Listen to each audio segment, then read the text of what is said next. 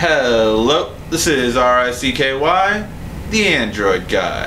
Hey guys, today we're doing the day 2 recap. Now we're refilming this because we had problems with the audio on the last one, so we're refilming it. So we're telling you about what we experienced in day 2. So day 2, the big thing that I fell in love with was the Razer Forge TV. It really was the best thing for me at CES because it's something that I'm going to use and buy as soon as it comes out. It was the one thing that I was like, as soon as I experienced it, as soon as I used it, I was like, I'm buying this. That's just final.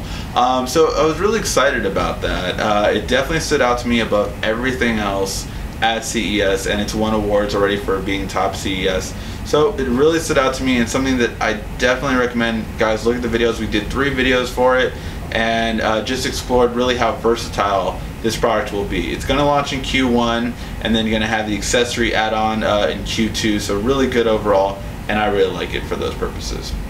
We also had the Oculus Rift demo, so you got to see me in an Oculus Rift kind of going and seeing.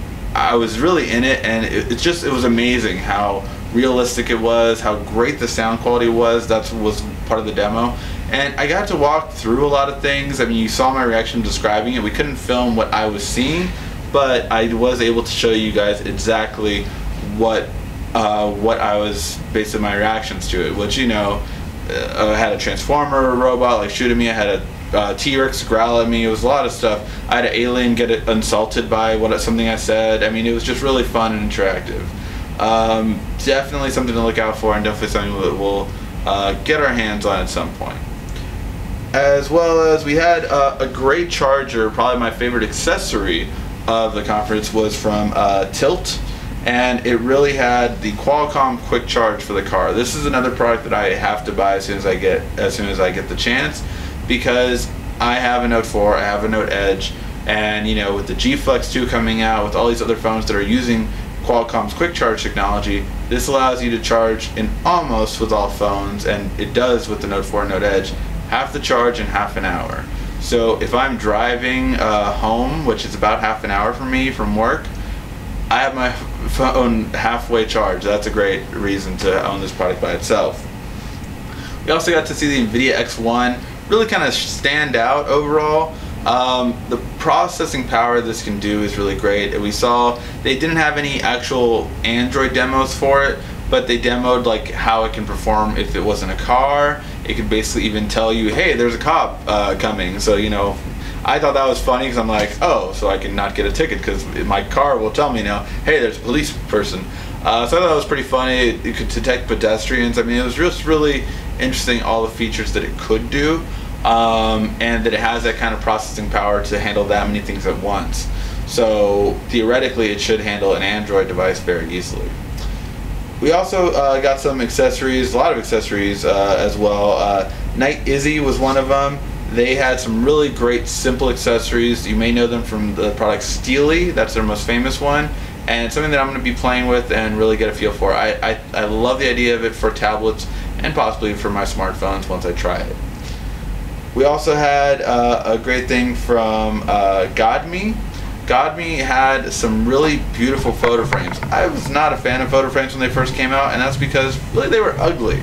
They had a huge bezel, they didn't look good, and I just didn't find them desirable.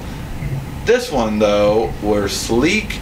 They had like black, silver, gold colors, you know, really it stood out, thin, and it's something that really could work by your bedside. It's something that works with my girlfriend, who's really a photo frame, like she has to have more and more photo frames, like my walls are covered in photo frames. So it's something that's really good, and I think it would be really good to have. AnyMode brought us some Gear Fit accessories, which we've never had. You actually have Gear Fit changeable bands, so you can actually put a leather clasp on it, which we've never seen that. So I was really interested in that. Hopefully we're going to get some review units from them to show that off to you guys.